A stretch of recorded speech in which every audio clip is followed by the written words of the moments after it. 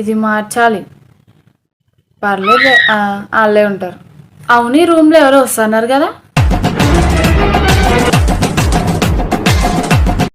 Anusha aunty, ఇందులో ఏ bed ఖాళీ ఉంది?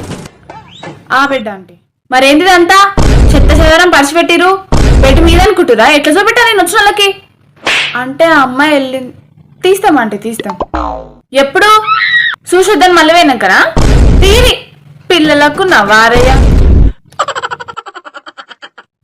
ఆంటీ గీజర్ ఆఫ్ ఉంది, ఆన్ చేయరా? స్నానం చేయాలి. పొద్దున 10:30 అవుతుంది టైము. ఆడపిల్లలు గారు మీరు స్నానం చేయకుండా ఏం చేస్తారు? కరెంట్ బిల్ ఎంత కాలుతుందో మీకు ఎరకనేనా? నువ్వు అంటే గీజరే ఆంటీ అని అంటారు. ఎటు గంట వల్ల ఫోన్ చేసి దమ్మా ఫోన్ కట్టామా ఫస్ట్ నువ్వు.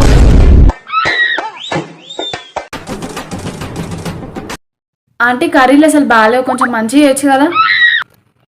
మోకం బాగాలేక అద్దం బాగాలు కొట్టుకుందంట నీలాంటిదే.